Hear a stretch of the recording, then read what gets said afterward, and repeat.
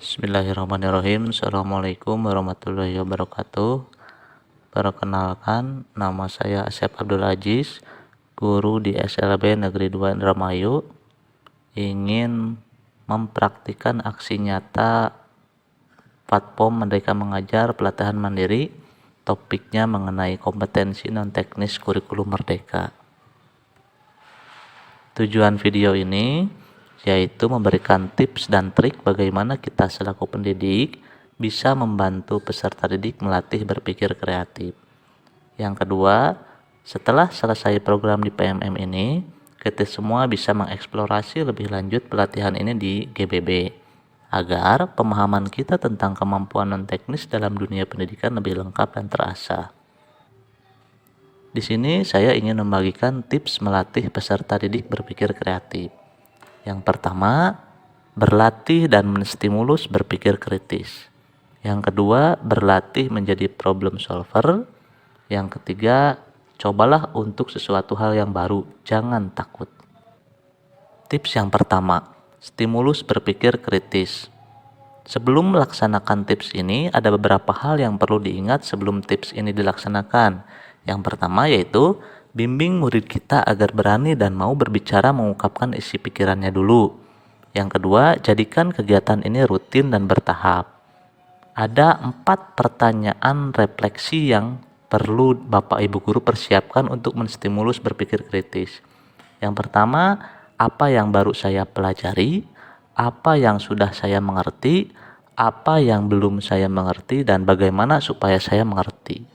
Kita bahas satu-satu. Apa yang baru saya pelajari? Di sini kita harus memberikan kesempatan kepada murid-murid kita untuk menguraikannya dalam beberapa kalimat. Berikan waktu sekitar 1-2 menit, tergantung waktu luang dari Bapak Ibu semua. Nah, apa yang bisa kita dapat dari hasil jawaban murid-murid kita? Yang pertama, apakah mereka bisa mengutarakan kembali istilah-istilah kunci dari topik belajar? Yang kedua, apakah pernyataan mereka cukup merangkum topik atau hanya sebagian saja? Kemudian, apa yang sudah saya mengerti? Minta peserta didik untuk menyebutkan atau menuliskan potongan-potongan informasi yang sudah mereka mengerti. Jadi, murid diminta untuk menyebutkan atau menuliskan potongan-potongan informasi yang sudah mereka mengerti. Dari situ, kita bisa mengobservasi hasil jawaban siswa. Yang pertama, seberapa lengkap potongan-potongan informasi tersebut ditangkap oleh peserta didik. Yang kedua, apakah informasi yang disampaikan merupakan inti atau sampingan. Yang ketiga, seberapa mendalam pemahaman mereka terhadap suatu materi. Apa yang belum saya mengerti? Nah, di sini kita meminta peserta didik untuk menyampaikan apa yang mereka belum mengerti terhadap suatu topik pembelajarannya. Pertanyaan refleksi ini merupakan kunci penting dalam melatih berpikir kritis. Biasanya akan ada banyak jawaban beragam dari peserta didik seperti banyak bu atau semua pak. Nah, bagian terpenting dari pertanyaan ini adalah bagaimana peserta didik dapat mengartikulasikan apa yang mereka sudah pahami dan belum mereka pahami. Kemudian, bagaimana supaya saya mengerti? Nah, pertanyaan ini memancing peserta didik untuk sadar bahwa ada kondisi ideal yang harus mereka capai. Misalnya, ketika kita melakukan penelitian, berarti kita harus bisa mengikuti langkah-langkah penelitian dengan tepat. Bantulah peserta didik kita untuk membuat rencana aksi yang akan mereka lakukan. Jangan berhenti ketika peserta didik menjawab, ya jawabannya belajar dengan lebih giat Pak, Bu. Tidak sampai di situ. Banyak cara yang bisa dilakukan seperti bertanya pada ahli, bertanya pada teman, searching di internet, dan sebagainya. Intinya harus membantu peserta didik untuk membuat rencana aksi yang akan mereka lakukan. Tips yang kedua, berlatih menjadi problem solver. Ada 5 langkah untuk menyelesaikan masalah. Yang pertama, merumuskan masalah. Yang kedua, menggagas alternatif solusi. Yang ketiga, menimbang alternatif solusi. Yang keempat, mengimplementasi solusi. Dan yang kelima, mengevaluasi solusi. Mari kita bahas satu-satu. Merumuskan masalah. Terdapat 2 kunci utama. Yang pertama, masalah. Yang kedua, rumusan masalah. Apa itu masalah? Masalah yaitu gap atau selisih antara kondisi nyata dengan kondisi ideal. Rumusan masalah apa?